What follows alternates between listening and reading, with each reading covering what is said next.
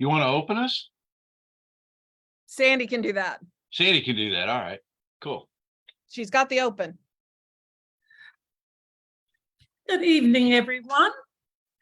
My name is Sandy Newkirk, and I am co-chair of Be the Change, an organization developed for diversity and to promote diversity and inclusion at Creative Life Spiritual Center in Spring, Texas.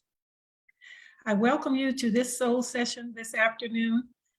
But before we start the official session with Dr. J. Thomas Smith, I would like to share an experience of mine just this week. Earlier this year, I celebrated with a dear friend of mine who was installed as the first African-American bishop for the United Methodist Church in Atlanta, Georgia, for North Georgia Conference of the United Methodist Church. That was a very inspiring occasion. She's only 54 years old, and she accomplished this quite kind of drafted into it by her co-workers.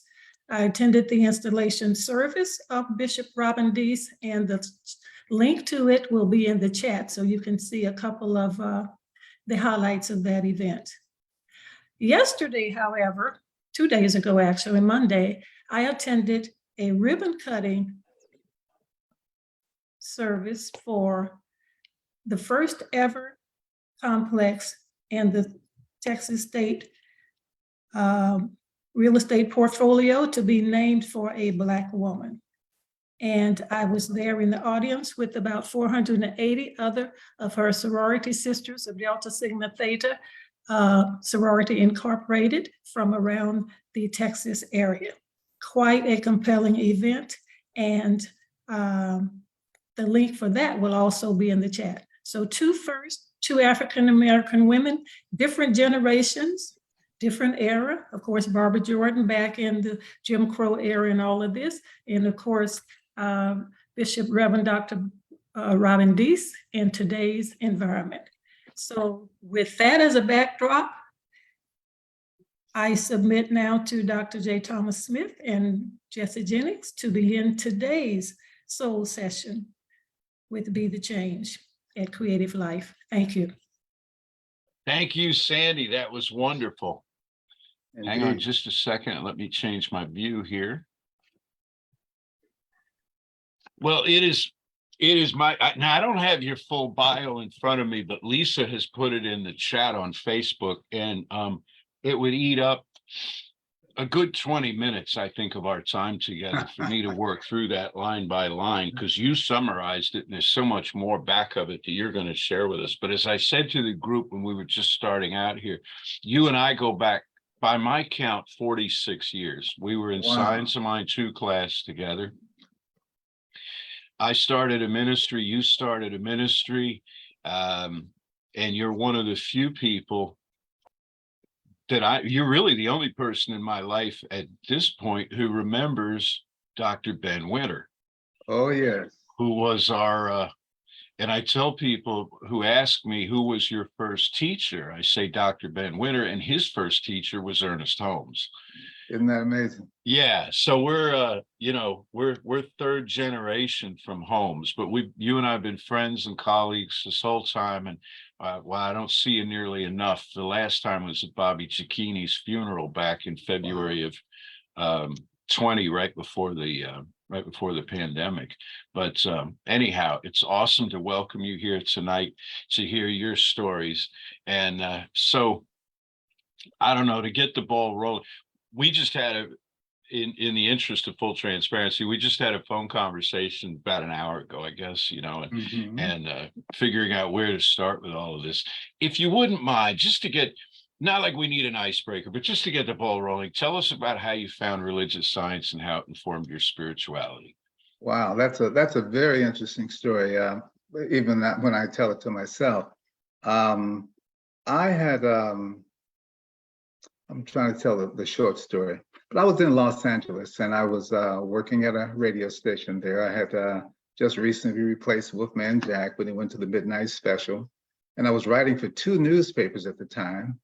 And, you know, being the big star that I was, I had a column. I say big star in quotes. And I had a column, and, you know, it's very often when you're on the radio, you see yourself, you're up in the ozone, so to speak. So I was writing my column, and I would just drop it off at the station. And I mean, at the newspaper, and not realizing at the time, you know, back then we had to do a paste up. You know, the article was typeset, and you make your stencils and so forth. You paste it up, and so on and so forth. And everyone who wrote was required to participate in that, except no one told me. And so, I'd come in week after week, and one day somebody said something that was kind of, you know, coming from left field, and I guess I didn't respond in the most, shall we say, Christian way, or whatever. What are you talking about? So the publisher, called me into his office, and, you know, just chatted with me for a while, and then he invited me to his home that following Sunday, and for a barbecue and the like, and he handed me a brochure, and he asked me to read it. And then he'd asked me what did it mean to me, and we had some dialogue going back and forth. And it turned out to be a brochure regarding the science of mind. And it was very interesting to me. So that next Sunday, I went to Founders Church and heard Bill Hornaday speak. And quite frankly, from that moment on, I was pretty much hooked. It was something new for me. I'd always been a seeker. As a youth, I was always going to different churches, looking for, I don't know what I was looking for, but something in me was searching. And when I found religious science, it made more sense to me. And since that time, I enrolled in the, when I left Los Angeles coming to Houston, well, actually before then, I enrolled in the extension study course. And I still have that book. I was just cleaning up my storage, and I have all my books from way back when. But that's how I discovered it. And the thing about it, that there are a lot of entertainers who kind of helped me along the way at the same time. I was getting into meditation at that time. In fact, it was Stevie Wonder who was, he had just written, I can't remember the name of the song just that quick, but then the lyric was, transcendental meditation gives me peace of mind. And I had another colleague, another friend who's a big name star, who we'd be at his house visiting, and all of a sudden he would just disappear. I don't know, hey, where'd he go, you know? And then of course his wife said, oh, he's meditating. And okay, so at the time I didn't know what meditation was, you know, at that particular point. But one thing I did learn, that meditation is kind of like an appointment that you make with yourself. You want to do it initially at the same time every day, get the subconscious mind used to what you're doing. It gets into the frame of expectation, which is so very important in the work that we do. So as time went on, I just kept studying. And Ruth Faulkner at the time encouraged me to, they talked to me about the prospect of going further in my work. And then of course, her replacement, just that quick. She was in Golden, Colorado. It'll come back to me. Anyway, she would, not Margaret Storrs, but the idea is I had a lot of encouragement. As I continued to grow, I had a study group. The study group was really a fantastic experience for me. And I would imagine for those that I was working with also, because we grew into a church very quickly. But it all began with my working at a newspaper and having a miscommunication. And apparently there was a need to communicate much better. But one thing that we've learned, and I think it's very relevant to the whole theme of diversity, inclusion, equity, and social justice, as it is with everything else. You know, there's a saying, everything is everything. We're all connected. There is but one. And to the extent that we work in the one, there's going to be harmony. You know, we can think in that context in all of our deliberations and conversations. I remember there was a time when I would look for work, and no, I used to welcome the rejection letters. I just put them in the drawer, and I could convince myself that the more rejection letters I get, the closer I'm going to get to an acceptance letter. And I would I convinced myself that God in me was communicating with the God in the other person that was interviewing me. And that was how I was going to make my connection. And of course, it works every time. And even in all the work that I do, working with kids, some of the most, and working my work with juveniles, sometimes they're the most oppositional. And if I can recognize the divinity in them, the divinity in everyone, you can really calm them down. It really gets them, it makes them defenseless, okay? They have there's nothing to be opposed to because you're in agreement with them. And that's the idea. We can find a way to agree with individuals on that level. I think all the confusion, all the arguments, it tends to evaporate. So I'm kind of going every which way, but the idea is when I think I said to you earlier, two of the best things that ever happened to me in my life was, number one, being invited by my brother to come visit California. And then number two was discovering religious science, because it has become, I've met so many people on the West Coast who were involved in metaphysics. Mm-hmm. And everyone was so eager to help me, you know, even with regard to diet, you know, I became a vegetarian early on. And I can remember Frank Wilson, who was a producer at Motown, and he produced The Temptations of the Supremes and the like. And he would always make jokes about the fact that I was eating anything, you know, a carnivore, you know, just and the idea was that they would encourage you, give you some. He invited me to. I was writing songs back then, and he was wanted to come and look at some of my lyrics. So I invited him to my apartment for lunch, and he told me he was a vegetarian. I didn't know anything about vegetarianism at the time, but I did have a bird's eye frozen food package with some little creamy balls in it.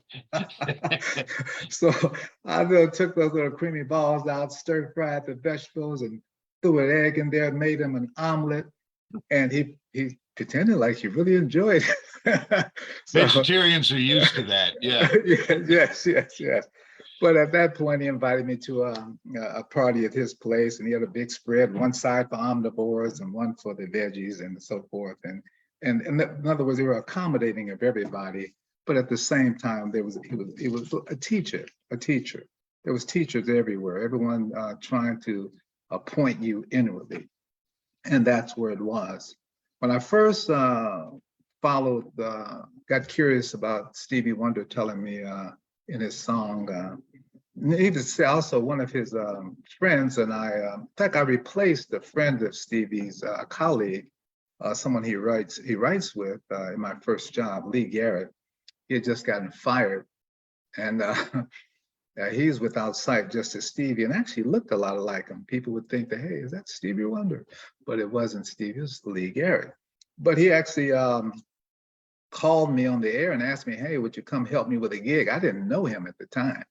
And I said, when I didn't know anything about radio, I said, okay, great. So I went to the club and worked with him at the club, and we became fast friends and been knowing each other our whole lives. But switching back to the song, Transcendental Meditation Gives Me Peace of Mind, I went and joined a TM group. And the first time, my first time meditating after that group, I had an out-of-body experience, and it was scary.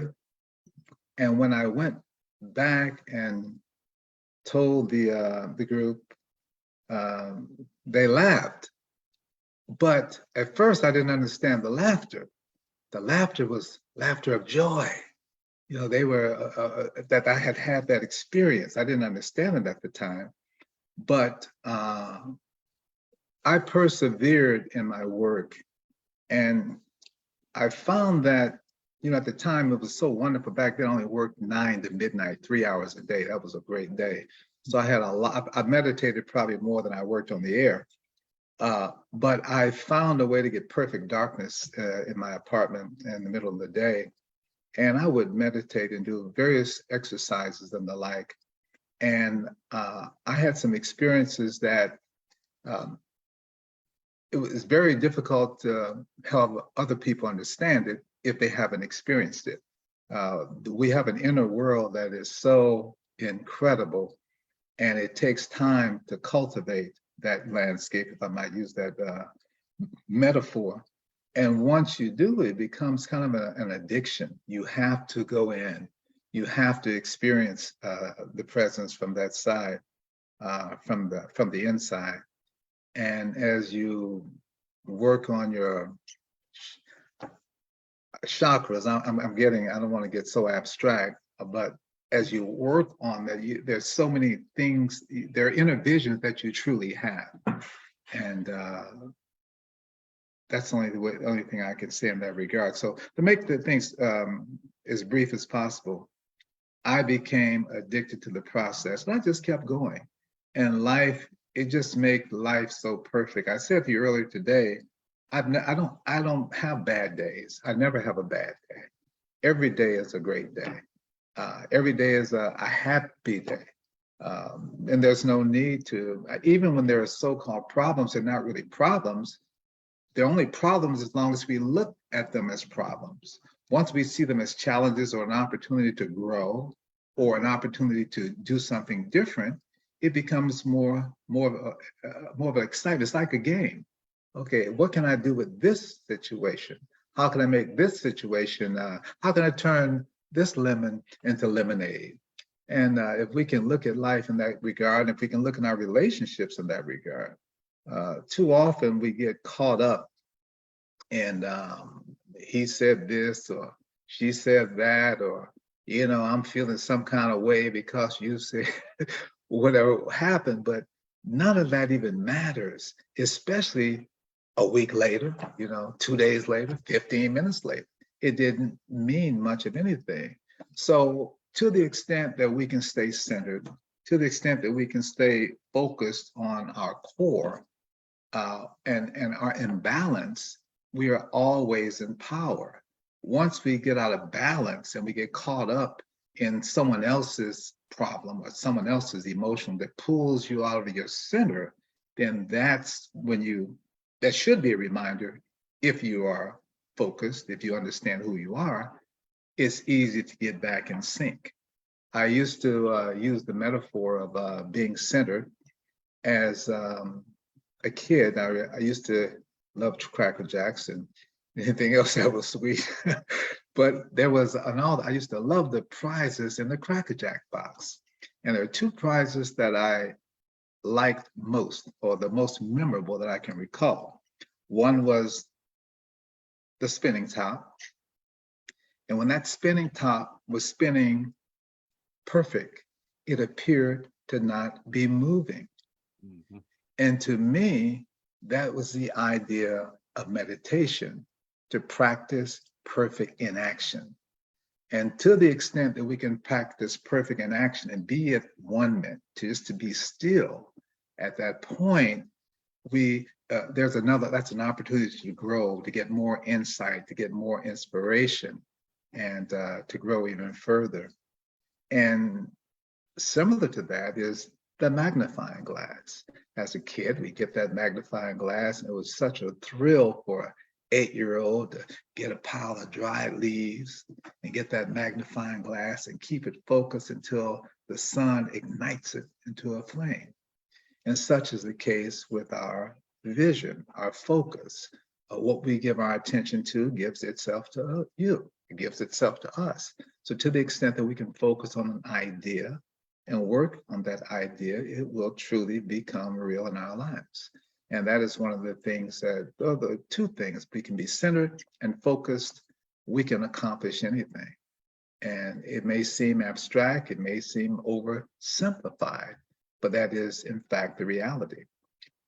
We have, I'm sure we've all had the but excuse, you know.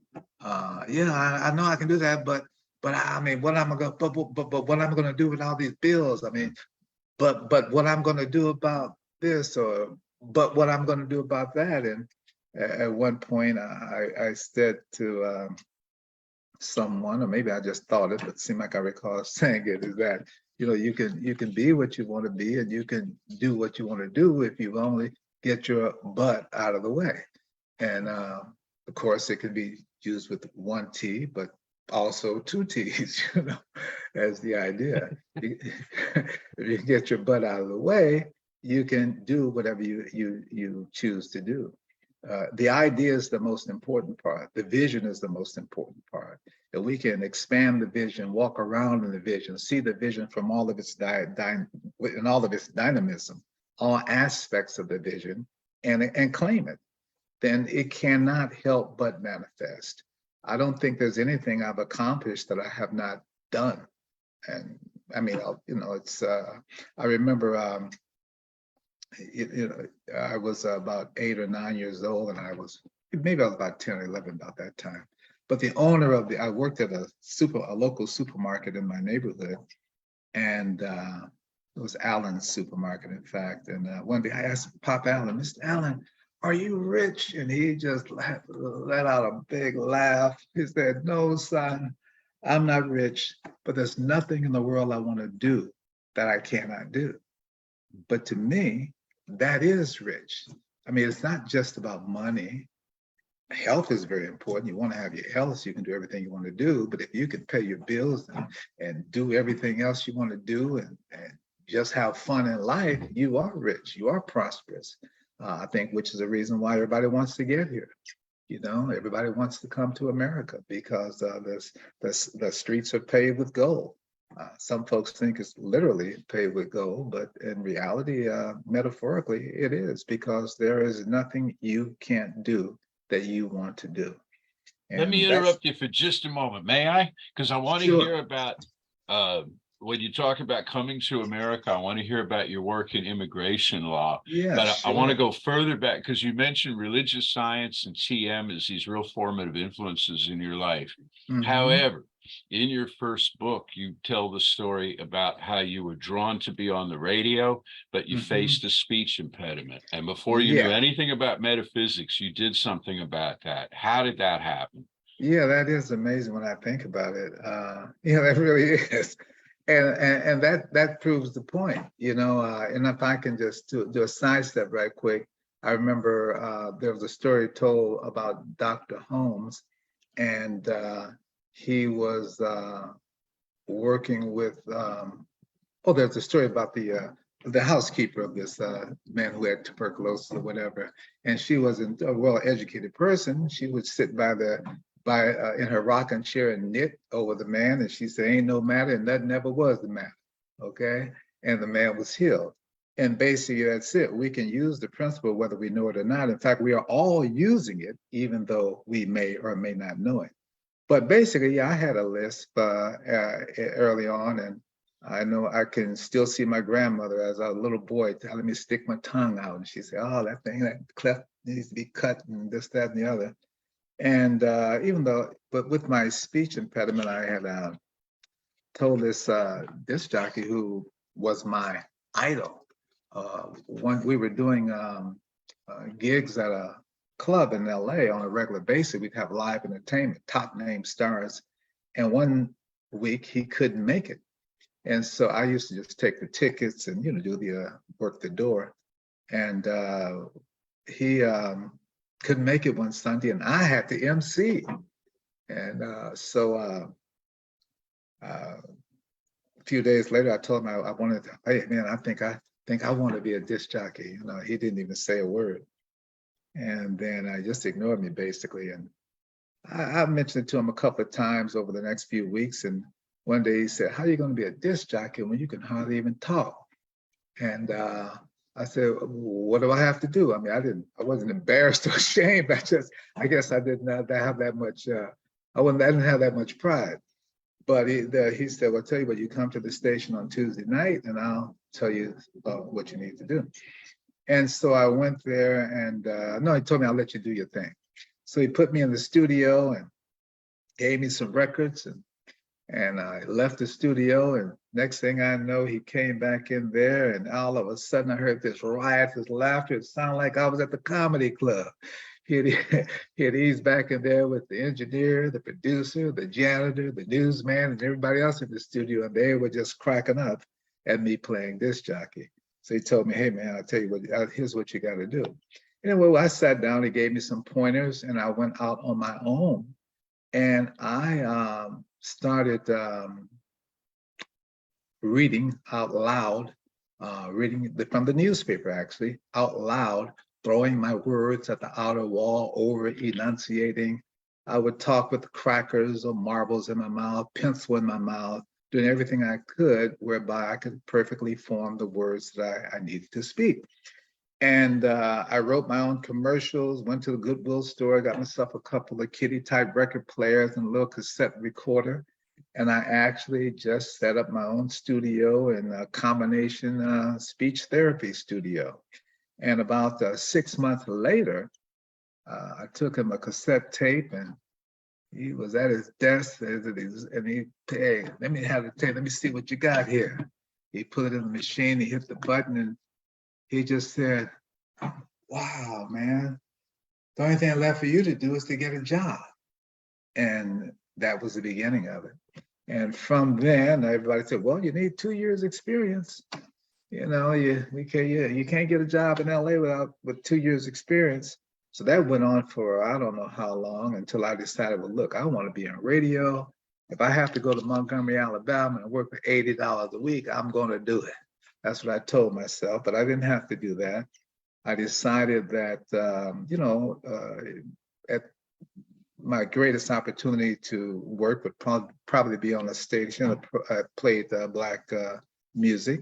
In LA, you had about 1.5, maybe couple of stations, a jazz station, an R&B station. So I went to Detroit and I took a job at a silkscreen manufacturing company as a sales production coordinator. So I had the opportunity to be in the field. I had to go to the automobile plants on a regular basis. And I would stop by the radio stations and drop off a tape while I was out there. And I had myself a routine because I was determined. I called the station, they said they didn't have a job. So what I did, I set myself out a schedule. I had a list of stations. It was roughly about 9 stations. And I would call them every other day, Monday, Wednesday, and Friday. And then I had my Tuesday, Thursday, and Friday stations. So I was calling them every other day. No opening. And of course, if time permitted, I would stop by.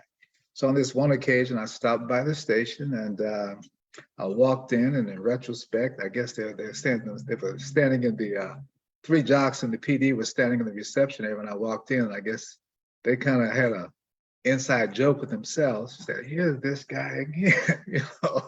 They said, well, look, man, we don't have any openings, but I tell you what, you can use our production room whenever you feel like it to practice. Just come up. If it's not being used, you can use it. So I got that opportunity. And then I became a gopher for 2 of the jocks at the time.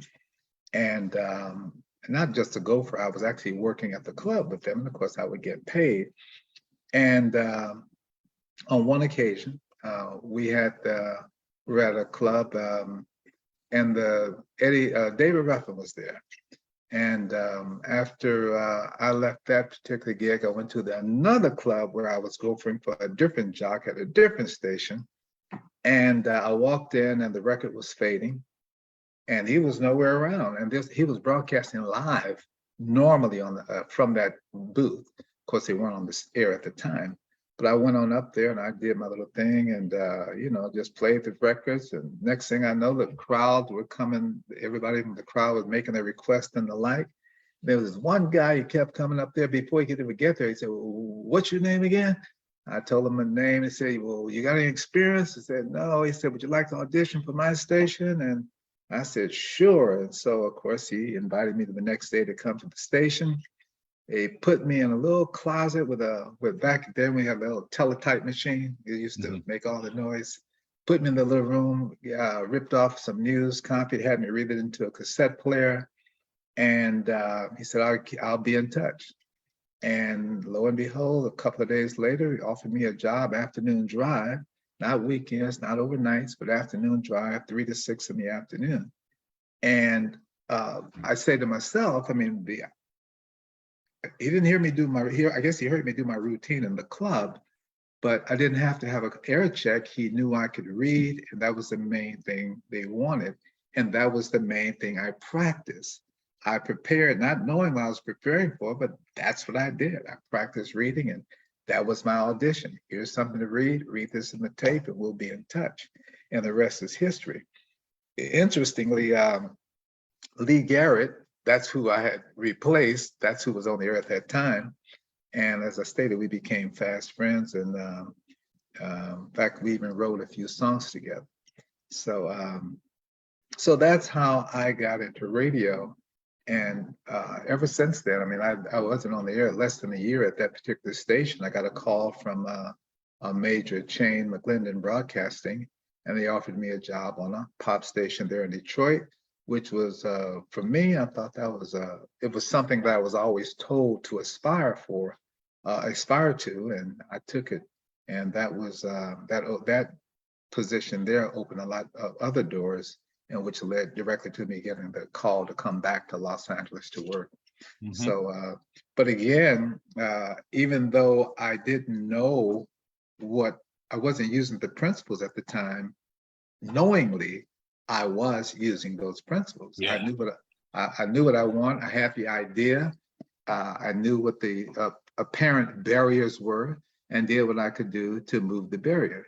But the one thing that, you know, it's even funny to me at the time, I'm not sure even, I probably do the same thing, but sometimes I'll think back. Sometimes you don't know what you don't know, and you don't know what you do know. But knowing what I have now, I'm not sure I'd have one might have too much pride well, I just talked to you day before yesterday. I told you we don't have any openings, you know, but I would call every day. I mean, that's how one might think, you know, I don't want to be overbearing, but that's what you got to do. You got to do what you got to do till you get what you say you want. And that's the challenge. Are we willing to do what we have to do to get the thing that we say we want? I remember, you know, another thing, I went to acting school, Merrick Studios in LA. And I remember we were auditioning and one young lady had read her lines, and the producer, the scout said, he said, I don't recall what he said, but basically she was moping and tearful, saying, you hurt my feelings. And basically his response was, if you want to make it in this business, you're going to learn to put your feelings in your shoe. And I never forgot that line, and this is true. You can't be so tender and so easily thrown off your game. You got to stay focused. Sometimes people do that just to throw you off your game. You got to know what you want and be unwilling to accept anything less than what you say you want. Whether it's a job, whether it's a new home, whether it's a relationship, whether it's health, getting health, staying healthy, or acquiring good health. You have to be clear on what it is you want, and have to recognize, as I believe, that everything is everything. We're all connected. And if we claim, as most of us do, there was you probably heard the story before, and someone that proclaiming that, if you were on trial, let's say for being a metaphysician, would there be enough evidence to convict you? Okay, would there be enough evidence? If you were on trial for being a Christian, would there be enough evidence to convict you? Are you doing all the things that you say represents what it is you claim to be? And to the extent that we do our work, where it's so important to do the work, there are no shortcuts. It's something that sometimes it takes us so long to learn that. We're always looking for shortcuts. Everybody's looking for shortcuts. It may start with driving your car. I want to go downtown. I don't want to go this way. I want to get a shortcut. There's got to be somewhere around this traffic. It wound up taking twice as long. You're moving, but you're not getting anywhere. So, yes, we have to, number one, get clear. What is it that you want? Mhm. And then, are there any barriers?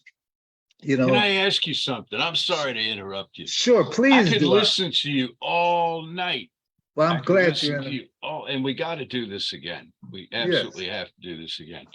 But I'm sitting here thinking, first of all, I think the name you were trying to come up with was Marge Storm. Yes, Margaret Okay, yeah, Storm. that was in the Yes, back of my, yes, right. Yes. You, Yeah. for those of you who don't know, this is Dr. J. Thomas Smith, our guest tonight, and how many in this market will know him as one of the leading radio personalities in America, one of the top, heard in 50 different countries. Best known, I think, in Houston at KMJQ Majic 102. Magic 102.1. 0.1, Yeah. where you were on Sundays. That's why I well- didn't see a lot of, weren't you at the end there? Well, at the end, I was on Sunday mornings. I started off doing a morning drive, and wow, it's amazing. Golly, yeah, I started off doing morning drive. Then I eventually went to afternoon drive, and then of course, I was at Magic on 3 different occasions. So the first time morning drive, the second time afternoon, and the third time I was doing a Saturday morning, Sunday afternoons. And then in the last 10 years, I was doing the talk shows Sunday morning live. Mm-hmm. So So- I've been there a long time. So here's a man who's sitting in a booth in a radio station, and his words and the music he's teeing up is going out to millions, let's say, of people. And you pivoted, and not all at once, but you do so much one-on-one work now Yeah, as I do. a psychotherapist, as an attorney. How has that dynamic shifted in you, and Yeah. what holds it all? What's the cohesion to it? What holds it all together? What's the vision behind all of the different interests that you have? Well, the vision is helping others. And then of course the focus, it's kind of interesting. I remember, and you still hear it, people would say, find what you want to do one thing and just be the best at that one thing. Well, gosh, I can only imagine, here I am doing my best thing, and I'm moving in, let's just say in a vehicle, and my vision drifts to the left because, there's something else. Maybe I have attention deficit disorder. Maybe that's what it is. But I have always been interested in a lot of different things, but radio made everything possible. Radio made it possible. If it had not been for radio, I'm sure I would have been okay. But radio just happened to be the vehicle. I'm from a big old family. I had a lot of brothers and sisters, 7 sisters, 5 brothers. And, that was, getting out of Dodge was probably, I know my friend Lee Garrett, I think he was from a big family too. He told me he had 21 brothers and sisters. He was from a family of 21. Good. And he's without sight. He hitchhiked from, was he from Alabama, Mississippi? Anyway, he hitchhiked from there going to California without sight. So that's to talk about having faith. You know. So, but yeah, I left Detroit after the January after I graduated from high school. We had one of the biggest snows at that time. The snow was above the cars. Okay. So when I got the call to come on for a vacation, and once I got there, I said, oh, I like this. I'd never seen palm trees, had never had an avocado. You know what is that? You know, yeah, I was green, you know. Only thing I didn't have was white socks and high water pants. You know? but that's part about that. That's how worldly I was at the time, not very. So yeah, but that was what happened in high school. I had expressed an idea of being a lawyer. Of course, you know, I just it just never happened in that regard. But I was working at Majic, and I was teaching at the time, and it just so happened that the program at the director at the time felt that he was a new program director, recently promoted, and for some reason he thought that my teaching was a conflict of interest, and I didn't understand the conflict. But nevertheless, I was unwilling to give that up because it just did not make sense to me. So he said, well, we're going to have to let you go. And so that's the way it was. So I drew a line in the sand for myself. And I told myself I would never leave town again for a job in radio. I love radio, but I'm not going to leave town just to work in radio, only because the tenures are not always very long. I think tenures now are longer than they've ever been, but there was a time in the days of radio when I was working, if you got 2 years in, that was pretty good. I mean, a lot of people stayed a very long time in certain roles, but for most, you know, it's 2 years, you know, that was a good run. But so what I did at that time, I decided I wanted to get into something that I can work independent of anybody else. So I decided I'd become a professional counselor. And what made me decide to become a professional counselor, as I thought it through, I do recall in radio, one thing that was very constant is drugs and alcohol, you know, and it's just, it just goes with the entertainment business. It's just in all facets of entertainment business. So I saw it, but it was not something that interested me. I'm an early riser. I like to be active, and that kind of stuff just didn't work for me. But I had two good friends, one on the East Coast and one on the West Coast, who around the same time fell prey to the nose candy, and I didn't understand addiction at the time. And one of them was doing his step work, and called me from Michigan and told me he was part of his assignment was to admit to God and one other human being, his transgressions and the like. And I was the individual that he wanted to share his story with. And even though he was sharing, I still did not understand the disease concept of addiction at the time. I had a friend in LA who was at the top of his game, top program director in the country, and he had a very serious problem. But again, I didn't understand the addiction, the disease concept. So I went over to Riverside Hospital, in fact, and they had a drug treatment program over there at the time, and I really wanted to learn more. And I didn't know anybody there, but I met the program director, and he knew who I was. He introduced me to the group and asked if it was okay if I sat in on the group. And they agreed. And by sitting there, needless to say, my eyeballs fell out a couple of times as I was hearing these stories. Mm-hmm.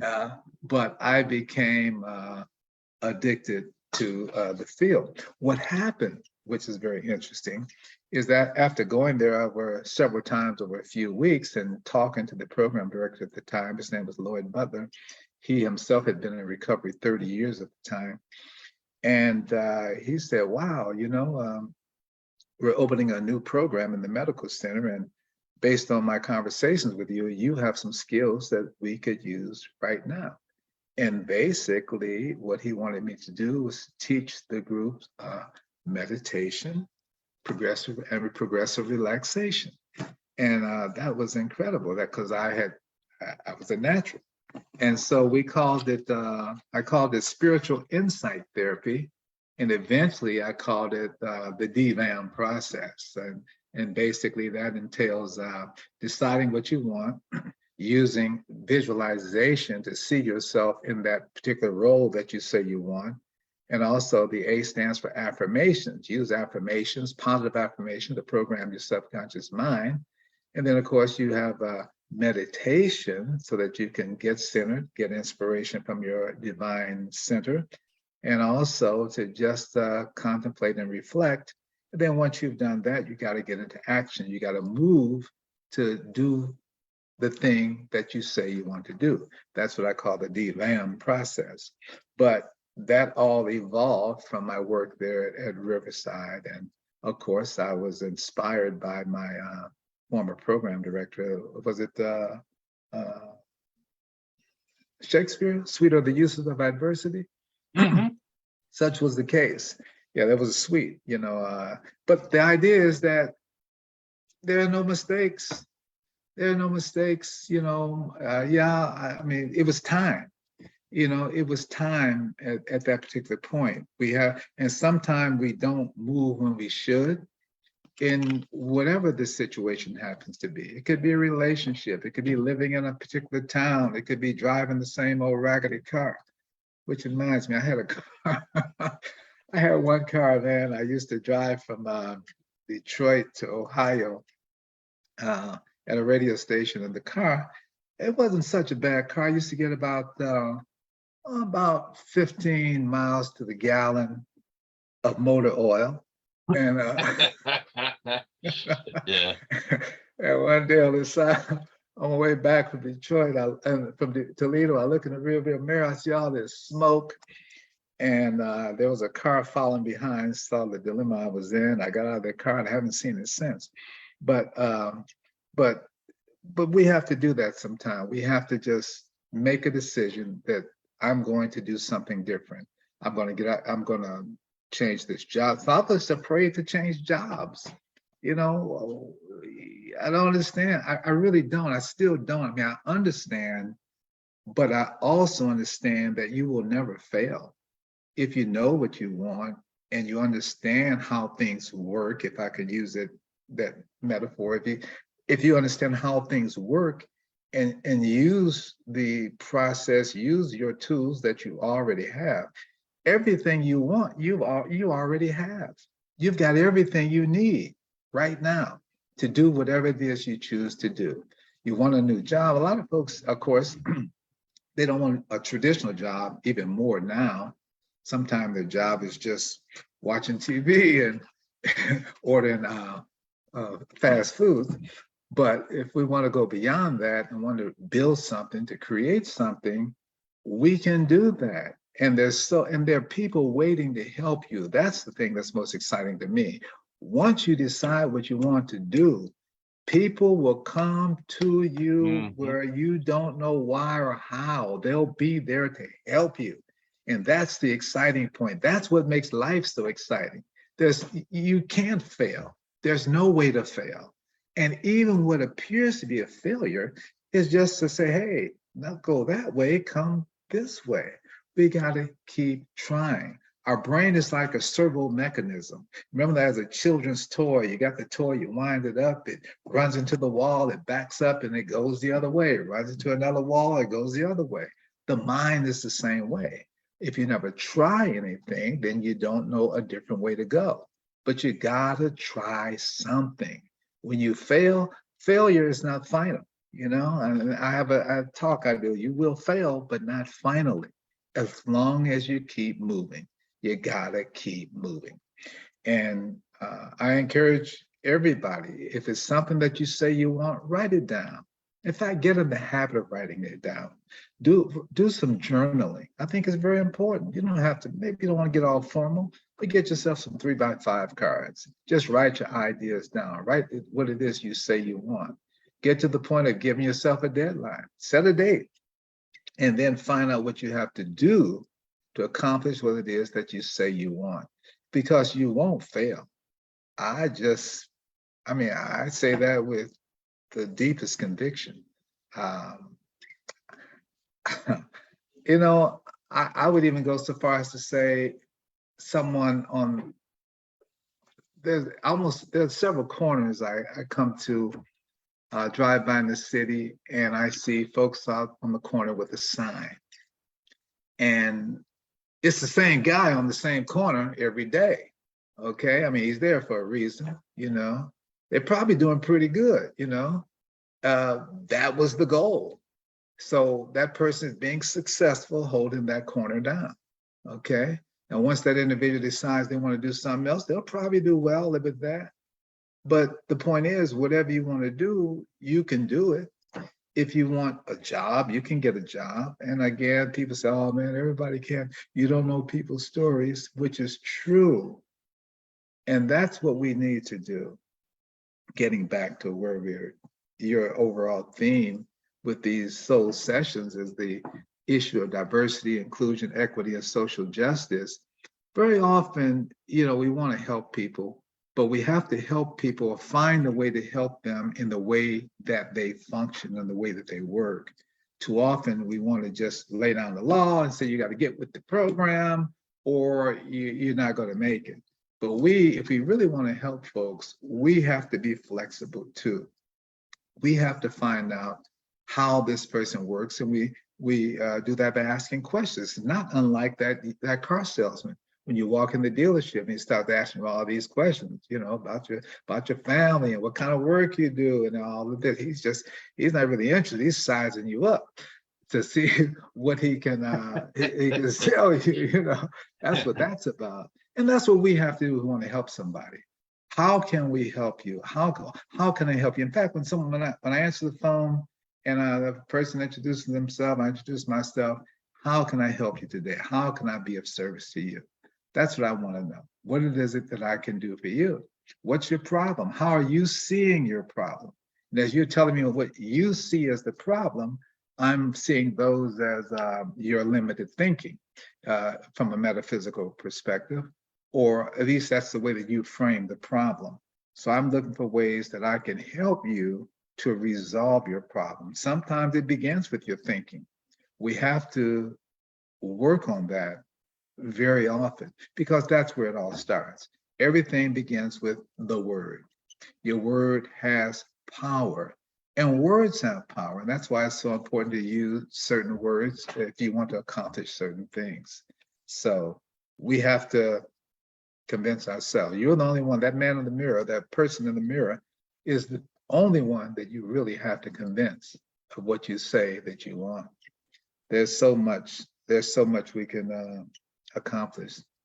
Yeah. Jesse, I feel I don't want to just keep talking. I know you probably got another question or two you want to ask. I've got a million questions, and I imagine the people watching have some too. Let me see what time we're getting to. Yeah, we've got 5 minutes left on the clock. Not so much a question as a comment at this point. I know you sit back and reflect on your life as it's unfolded, and you don't have bad days. You are somebody I am in awe of in the numbers of people whose lives you have improved by knowing you, whether in a professional capacity as a client, whether as somebody who's just turned on the radio and they're listening for their favorite song and they get you and your unconditional love, even if you're reading ad copy or you're doing the formal thing that's put in front of you, the love in you just pours out to everyone. So I honor you. I love calling you my friend, and it's always a joy for us. We got to do this more often, not only in this format, but just hang out. So let me ask Lisa, are you there, Lisa? Have we questions or comments off of Facebook? there's been a little bit of back and forth. Sandy put one up that she framed as a question, but it looks like a comment. Success is not forever and failure is not final. It is courage that counts. Mm-hmm. Yeah. Absolutely. I agree. You have to have the courage to get up and try it again. You got knocked down. You know, can you imagine George Foreman wouldn't have been as great as he was if he stayed down on the mat. Got to get back up. Yeah. You know, your comment about the guy standing on the corner with the sign, Mm-hmm. I'm thinking about the amount of rejection that man faces. That you know, a lot of us hide out in our homes, and well, I can't, like you were talking about, get rejections for book manuscripts or rejections for jobs. We say, like, I can't extend myself because somebody might reject me. This guy gets rejected how many times a minute? And yet, Right. there he is in all Yes. kinds of weather. He's got this commitment. Those are job skills. Those are life skills that are going to serve him when he chooses to do something else that he's Yeah. building. Which is not But to if- say we should all be in that position by a long shot, but think of the courage. Think of the courage. Well, this guy's interesting too. The one that I see most often, he has even gotten down to putting out quotes, signs, humorous stuff, you know. Mhm. Yes, he's marketing. You're gonna make you read a sign, and maybe eventually you'll drop in a 5 spot. You know, Yeah. so Yeah. so it takes creativity. But it's exciting. I just see so many young folks have come in this business, have gone on and done very well. A lot of ladies, more late women are in the field of broadcasting now than ever before, and they're doing great jobs. It's just exciting just to see the young, just the questions they ask. You know, that was one of the things that blew me away. The young folks get in the business, they got a million questions. And that's my key. I would say, don't stop asking questions. Keep asking questions. And I think all of us need to keep asking questions, even as we speak, right here, right now. I continue to ask questions. I'm going to leap on that because one of the people wants to know how they can best connect young African-American men who need help to you. Oh, that's a good question. Well, I have a website. Well, of course, I don't have a site that's for that. But they can just email me. It's drjtsmith@gmail.com is my email address. And you know, I do work with folks in therapeutic therapeutic group homes, I should say, ladies, girls, and boys. And that's been one of the most rewarding experiences over the years too. As I might find myself in Walmart, and here comes somebody running across the aisles, Dr. J, you know, and they're coming over, and boy, my goodness, this 13-year-old is now 20-something and got a kid or two, and she's thanking me for all the things I said or all the things I did, and I'm remembering. First of all, I remember now, who is this? I'm trying to remember because I've seen so many. Or what did I say? I don't know what I said, but I know it's always not what you say, I guess, but how you say it. And that is the key. I went to my phone and hold on a second. Our guest tonight, Dr. J. Thomas Smith. That's He's my back. alarm clock. But yeah, so I was looking for a car.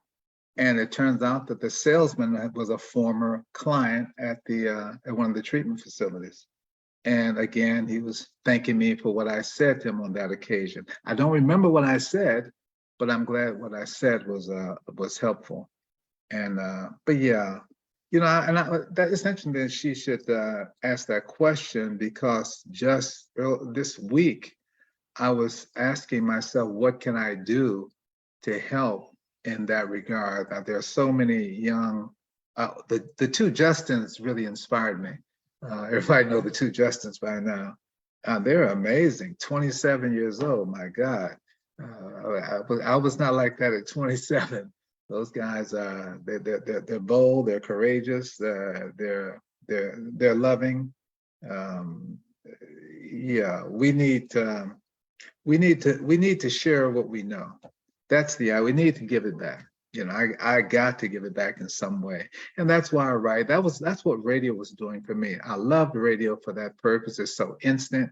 And it's interesting, in my book, I have a book coming out. It's called Black Radio and American History, which I hope to have out. You know, time goes on. I was sharing with Jesse earlier, I've got this manuscript, Ship Creep. I expected to have it around 250 pages. Now I'm up to 400. And I'm trying to figure out how I can cut 100 pages out. But one thing I added was that UNESCO, I forget that's the acronym for, but it's a worldwide organization. And it referred to radio as the most trusted medium. And it's the most trusted mainly because it's instant and oops.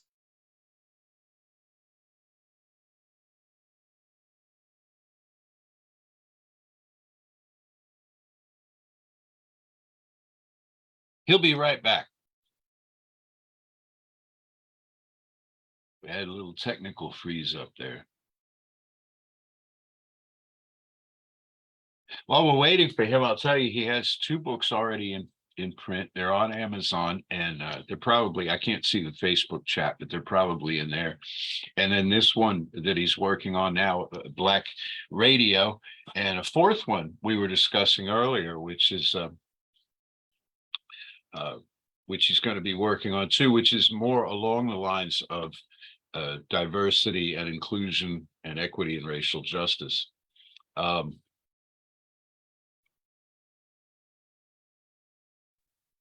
Okay, I'm back. Here he is, in front of the break front. All right, good. Yeah, actually, my battery died on me.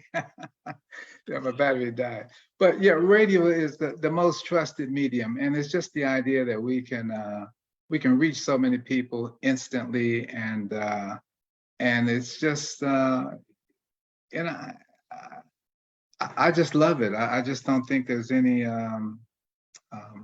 That's probably.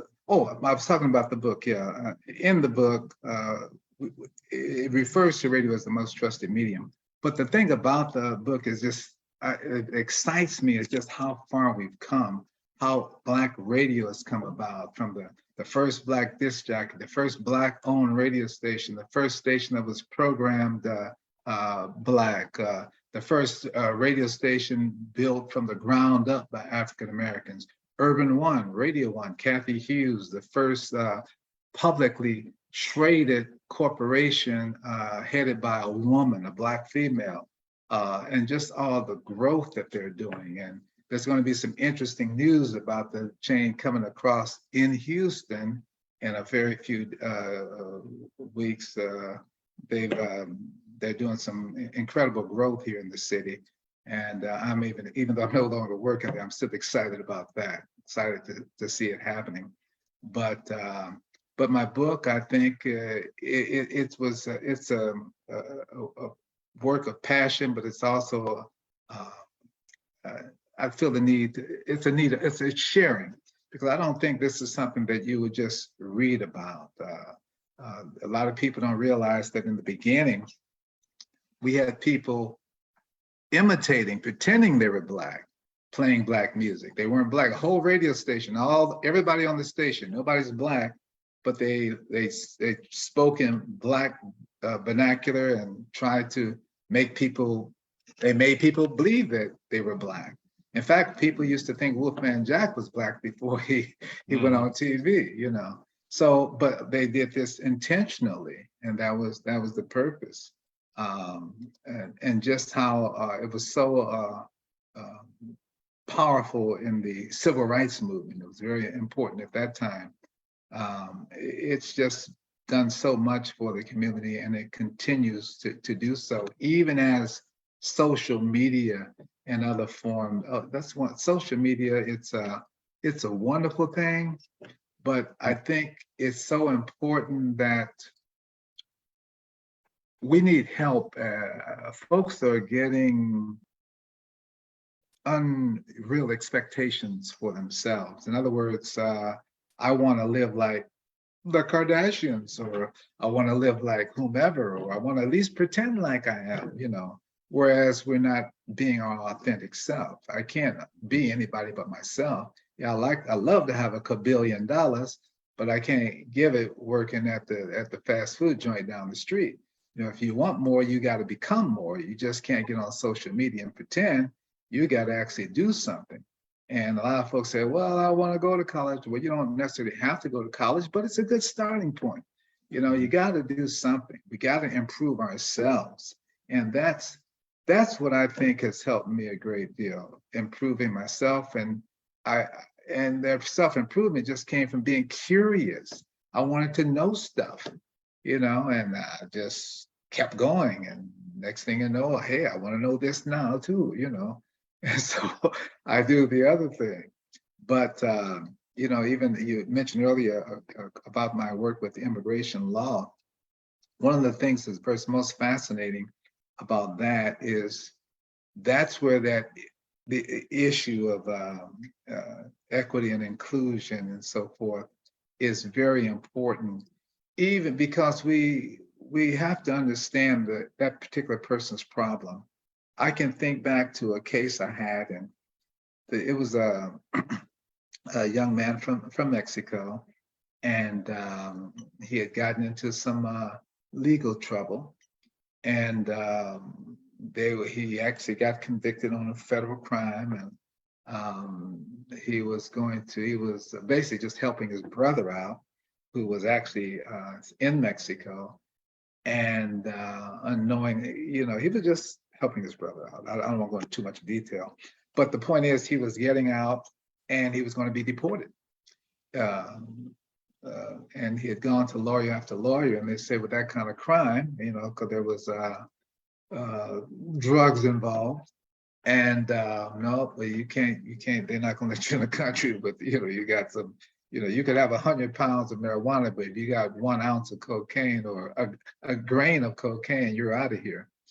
And so nobody would see him. And he came to me, and it goes back to what I was saying earlier. You gotta ask questions.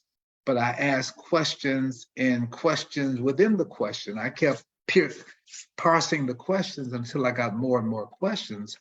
And it turns out that the day before he had turned 18, which would have made him an adult, his mother married somebody who at the time was a green card holder, eventually became a citizen.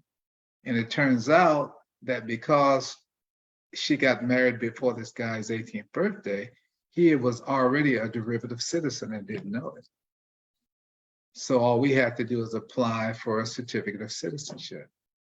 But even the prosecutor, the government's attorney, didn't want to buy it. We went back and forth in court on numerous occasions. And then finally on that last session, the judge said, he may be a drug dealer, but he's one of ours, you know. But he was only 18, 19 years old, and he wasn't really the bad guy. He just went in, you know, picked up a package for his Holding brother. the bag, yeah. Yeah, you know. So I'm just saying that was one. And then, of course, his parents were the old school cultural group, whereby they come to see you. They need a lawyer, but they want to get to know you. So they come and visit. They bring the whole family. They got about 3 generations tagging along. And then they go, and 3 weeks later, they want to come back and you talk some more. And then you go through this about 4 or 5 times, and eventually you get hired. You know, they want to know you, and you get to know everybody. And then when he was sworn in as a U.S. citizen, they were just so excited and so happy. I felt like I was a member of the family, you know. Mm-hmm. But that's the kind of issues we deal with. So a lot of folks say, yeah, but you know, they're in the country illegal and they shouldn't be doing this and doing that. When you're looking at it globally like that, well, it may be easy to get caught up in that kind of stuff. But when you're looking at an individual and you're looking at their particular problem and their issues, it's different. It's so much different. People want to be happy. They want the same thing that you and I want. And they want it wherever they happen to be. Mm-hmm. So we want to help. We have kids that came here. The parents brought them here as children, and now they're adults. and they want to get, they want some sort of status, which they don't yet have, but I think it'll come to pass in due course. But so the work is exciting. A lot of work needs to be done. A lot more working with people who have problems with alcohol and drugs. Again, mind you, I'm not taking. I kind of. At one time, I had about 6 people in the office, and ever since COVID, I'm kind of. I've been working virtually, so I'm kind of focusing more now on what I can do in the realm of helping folks utilizing what I know best or what I feel most comfortable with, and helping people to grow from the inside out. And if I can do that, I think once people can do that, there's no limit. You know, it's like the old metaphor, teach a man how to fish. Once you do that, hey, you know, bets are off. If you were selling fish, you go out of business.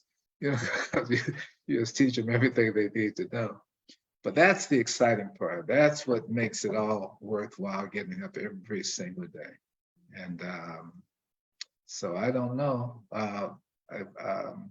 Maybe I'll start some sort of foundation where I'm teaching young fellas how to become men, how to become gentlemen. I wouldn't put it past you. Yeah, I'd love, you know, and if I do that, I'm sure you'll be there to help. I will. You know, all of us will. All of us yeah. on this team, all of us in this center will Yeah, be there to help.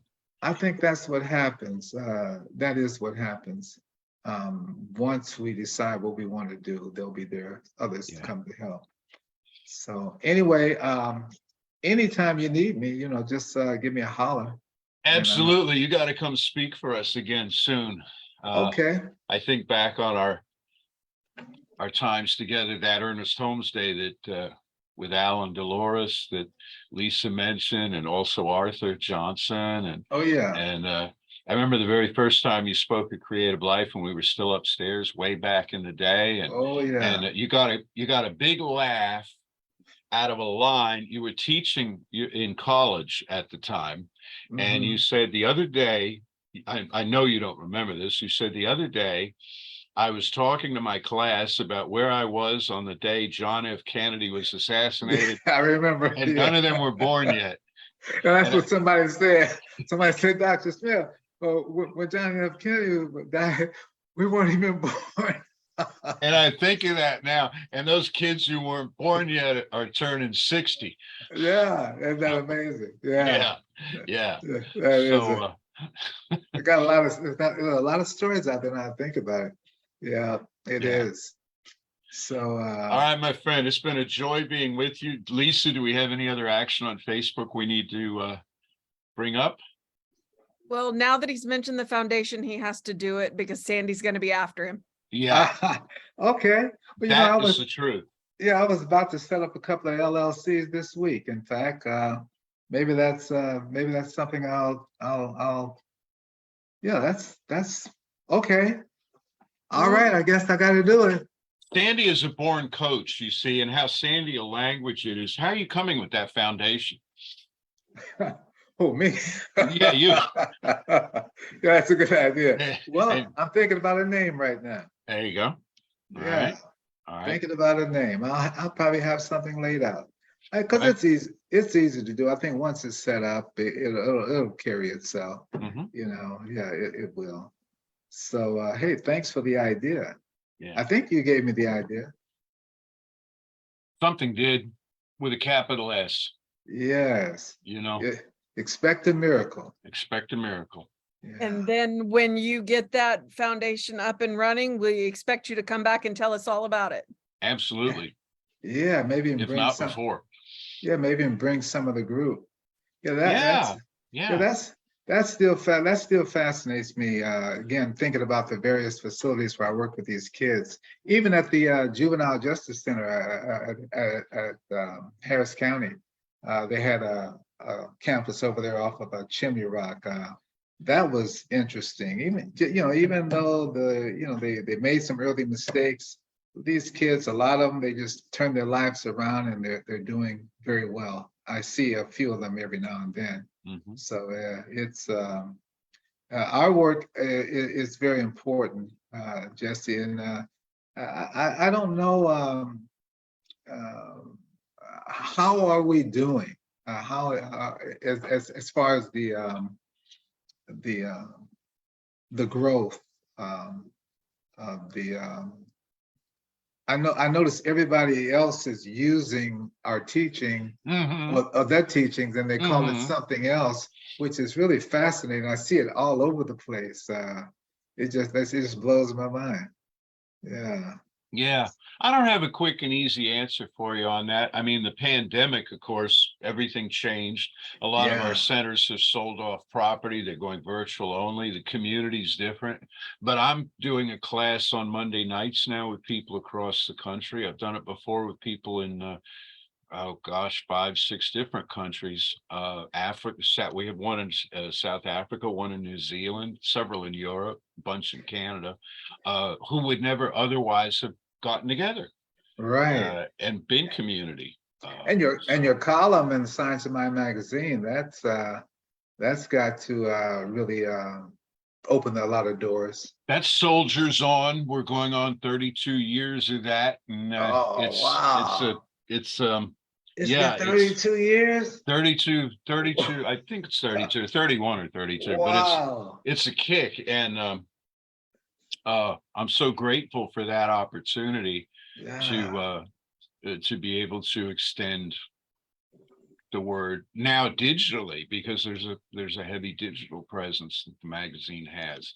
Back in the day, it was, as you know, print only. And I got a kick Yeah. out of what you were saying earlier about the paste up and stuff, because I think tonight watching us is Holly Sharp, the editor of Science Mind magazine. She is. She just wanted to remind you about your book. Jesse, your book. Oh, my book? She's on. Oh, it's due. Well, let me finish this story. So thank you, Holly, for that. Yes, I do have a new book out, but I regale Holly with these stories like you do with young people, called Back in the Day, where their eyes Yeah. roll back in their heads. And I talked to her about T-squares and light boxes and Oh, yeah. amethyst and all of this stuff that we used to have to letters, what do you call it, letterpress for Yeah. headlines, and the typesetting with, anyway. And the It's Get-Stetner machine. the Gestetner, oh God, you get blue all over you. Yeah. So yeah, it's come a long way, and the reach has changed, but people's basic needs have not. That's right. Everybody wants the same things, and everybody has the same hurts as they Yes. did generations ago, as they did when you and I came into this as young men and said, we're going to change the world. And Yeah. every day we get up and work on that. Yeah. So anyway, once again, my brother, thank you so much for being here tonight. We'll do this again soon. This is Reverend Lisa Ryan, one of our online hosts, Danielle Mercadale, you met earlier, and then Sandy and PJ, who are the co-chairs of our Be the Change committee. Lisa, would you like to give us a word of benediction? Well, I can do that because my appearance is to rein you in because it's 20 after. Oh, Yikes. wow. Okay. And I don't want to stop the conversation, but no. yeah. So, but what I would like to do is thank you very much. Sandy's about to pop in here. To thank you very much for doing this. We definitely want you to come back and talk about the foundation. And we just want you to come back and tell more stories. Because one of the things that you said was absolutely the point of the soul sessions is to tell stories. We want people to get to know everybody. So thank you so much for doing that. In out of your mouth into God's ear. We look forward. I love it. Thank you so much, Sandy. I appreciate it. And I look forward to the opportunity. Jesse, it's good seeing you again. And Sandy, you have a great one. Thank you. I will be in touch. Believe you me. All right. One love. We got to One love.